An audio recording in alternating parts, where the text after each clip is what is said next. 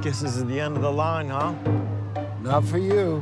This movie's a story about this father who has one objective, and that's to protect his daughter. Nobody's coming to get you, Bob. You know that, right? Bob and Willa's relationship truly drives the film itself. I need to find my daughter. At the core of it, it really is about a father's unconditional love for his daughter and the lengths one will go to save her. Paul has an unexpected way of tackling different subjects. He propels you with a tension that starts from the beginning and lasts throughout the entirety of this movie. There's not a second that you can kind of take a breath. Part of what structures our film is the pursuit of Willa. Come on, baby, come on! People trying to find Willa, people trying to capture Willa. That makes her passive. She's being moved from one place to another. She's being pursued. The situation that gets set up in the car chase is one where we get to finally see her seize control of her destiny, her story. You know, Paul's the only person that can make a car chase scene exciting that had 3 cars and nobody switching lanes. We call it the River of Hills, and I think it's a metaphor for the movie at large and that you don't know what's over the horizon and what's on the other side of that over and over again.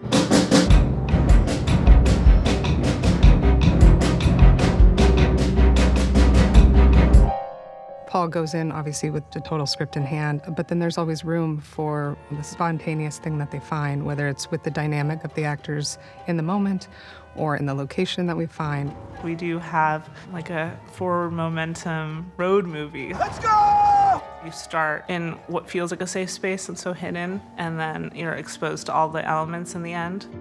We kind of slowly etched down the rainforest and etched up the desert, western feel.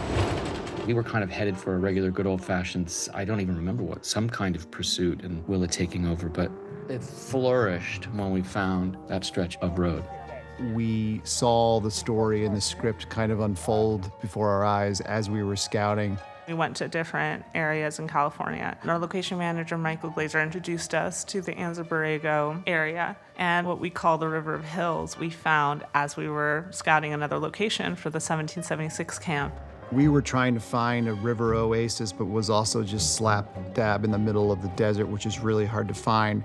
I jokingly had my scout go out there and say, this is where it is, this is how far it is from us, and this is what it's gonna take to get there, and nobody batted an eye. And next thing you know, we're in a van out there. And the highway back, looping us to Borrego Springs, just started to undulate slowly and then dipped more dramatically. And going over the hills and trying to make a day out of it, and me maybe going over the speed limit kind of flipped the light bulb on. I took out my phone and I just kind of plopped it onto the dashboard, and we saw what would happen. I started to realize this is very scary.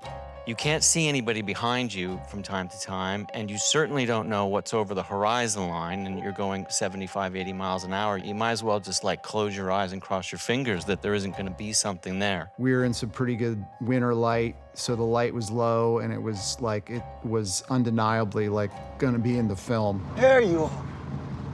I see you. We went back to the hotel where we were staying. So I was like, okay, tell me if this is a good idea. So. Maybe the movie gods were on our side or something, and it kind of emerged as an idea where our hero, our real hero, Willa, could take agency of the situation. You know, she has this connection with her father, but is he ever gonna be there? She's fending for herself. Paul wrote that sequence based on that location and culminated it with a final immense dip called the Texas dip, and it just felt like the perfect punctuation for the finale. And that's kind of how it all organically took flight. That sequence really came together much more clear once we actually found the location. We went down there and looked at where we could put lenses and things like that. Another version is down over there. One of our guiding North Stars on this thing was French Connection. A lot of what we had to test was how to create the feel of that 70s period film. For starters, Paul Thomas Anderson is never, he will shoot film until his dying day. I just want to say that. Every movie I've ever done with him, you're always shooting film, whether it's 35, 65, or VistaVision. I mean, even the behind the scenes is shot on 16 millimeter. The interesting thing is when you shoot film, everyone has to concentrate because you only have a certain amount of time in the magazine. It causes everybody to really focus up. And the quality of what you get from an image in photochemical is really interesting. The stocks are so great right now. One of the problems we always faced was how do you give it more characteristic, because the stocks were designed to kind of compete with digital. And so they're very fine grained and all that, which is the exact opposite of what we wanted. We carried about 40-some lenses on the movie, with many of them being similar in focal length, but having different qualities due to the way the glass was tuned up. 50, let's do the 32 base minus a half, so 22 and a half also. And it took time. I mean, we had the luxury of time, and we took it because I think Paul's always going to lean into how to make this feel the most authentic. He has a way of putting you into these real cars, real environments, and situations that feel tactile. It's an action film, but it is a Paul Thomas Anderson action film. And it's, in a weird way, my kind of action film. What was brought to me right away from Paul is, I want my actors to do everything. All the driving, all the fights. I don't want any stunt doubles. I want everyone to do all their own action, everything. And that sequence in itself, that whole shark hunting down the prey, those are sometimes a mile or two apart. So how do you time all of that out choreography-wise? So we had to really do a lot of testing, a little rehearsing, and it came down to a little bit of math just to get the timing of all that down. We did about 15 tests over the course of the prep and into the beginning of the project. We were doing tests with some of the camera car systems from Alan Padelford, things I used when I was gaffing Ford versus Ferrari. He's got a particular rig, an elevator car rig, which the camera can get, just a few inches off the road level and travel at a pretty high rate of speed. One of the things that the French Connection teaches you is that the more static a camera is and rigid and close to the ground, the more dynamic and cinematic the experience will be. It took us a couple weeks to shoot.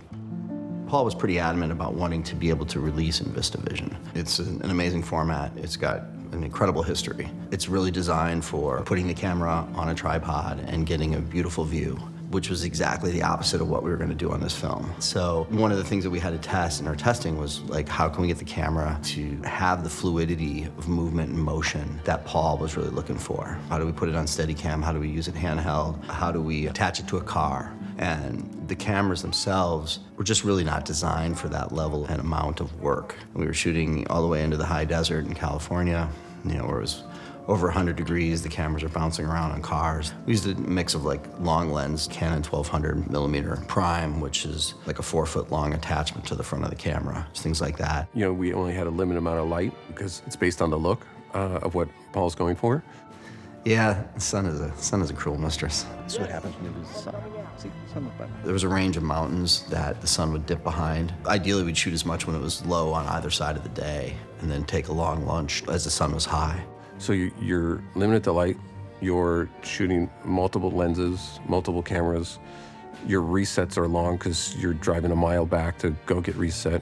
Everyone's got to get up to the right speed. Everyone's got to hear everyone on the radio. The only voice that's going to interrupt this is going to be Colin's voice to say, abort, abort.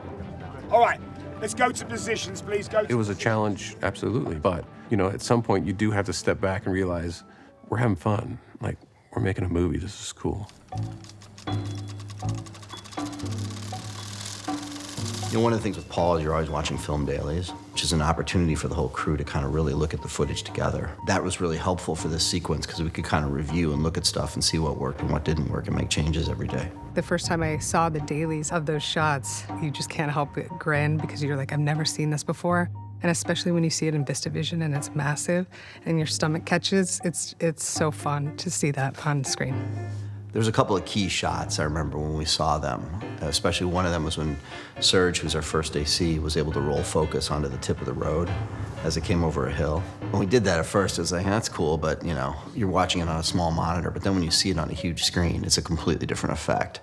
It's like being on a roller coaster. Then Andy and Paul had a lot of great footage that they could start cutting with. Well, that sequence is interesting because we didn't really know exactly how it was going to be shot. It was not pre-visualized or storyboarded or anything like that. Andy and I were so nervous coming up on the River of Hills. We saw it on the horizon as we were getting closer and closer because we know we'd shot so much footage. I kind of just started stringing together the different perspectives.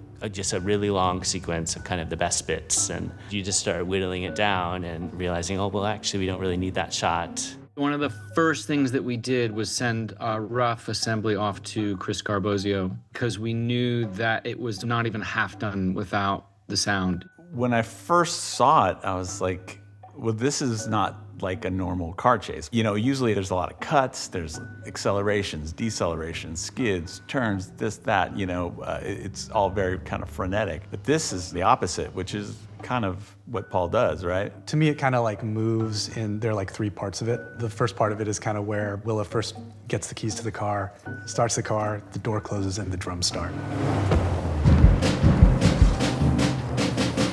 We're off. And you're off. I think the score is really so critical to that and building the tension. And I think it's really great for just how she's constantly on the move and getting chased. And then sound effects are like really organic and supportive of Willa and like her looking in the rearview mirror. So you get a lot of that like erratic engine, you know, because she's kind of scared. And there's all those little great beats where Willa's driving and she's trying to come up with a plan. And she looks in the rearview mirror and she doesn't see anything behind her. And then you get to have a little more sound effects fun with the hills, like the cars, you know, disappear and then reappear.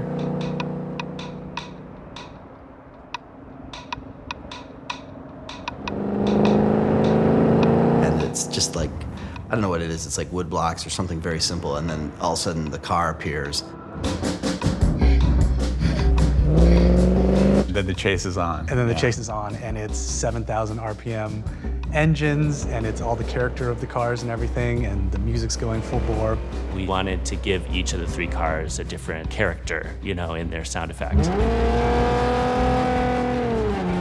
The thing we used the most of from the set was Bob's car. The buzzing of Bob's Nissan kind of says it all about his tenacity. We just were always just trying to see, like, what other little thing could we do? You know, I remember even in the mix, we were playing with, there's like a ding sound, like when you're not wearing your seatbelt. And then Willa's breathing. When we're on Willa, let's try and get her nervous and anxious breaths. The ding is pretty much through the whole interior part of it. It was like when to hear it, when it was effective, when to go to brass, when to go to motor. It was really a combination of all three of those departments of Johnny, Chris, Andy, and I as a kind of triangle, constantly just refining and working that material to take to the mix stage. And then once we did, it achieved a kind of liftoff. When we screened the movie, and people always would talk about the final car chase as like being one of their favorites. So we knew that it was effective, but you know, you just want to make sure it's the best it can possibly be. I don't think that the movie gods just hand out gifts. They have to see you working for them. And we were really working for years trying to figure out how we could end our story in a creative way that was satisfying. Willa? But this is the gift. Who are you? It created not only something dynamic cinematically, It's your dad, Willa. but it created a situation where we could see Willa get active and turn the tables and take her future into her own hands. I think it makes the film more special. Go to the car. Go. There's no way she could have made it out of that if she did not have the bravery and the fearlessness to just take control, even if she was scared in the moment. Let's go. It just worked perfectly.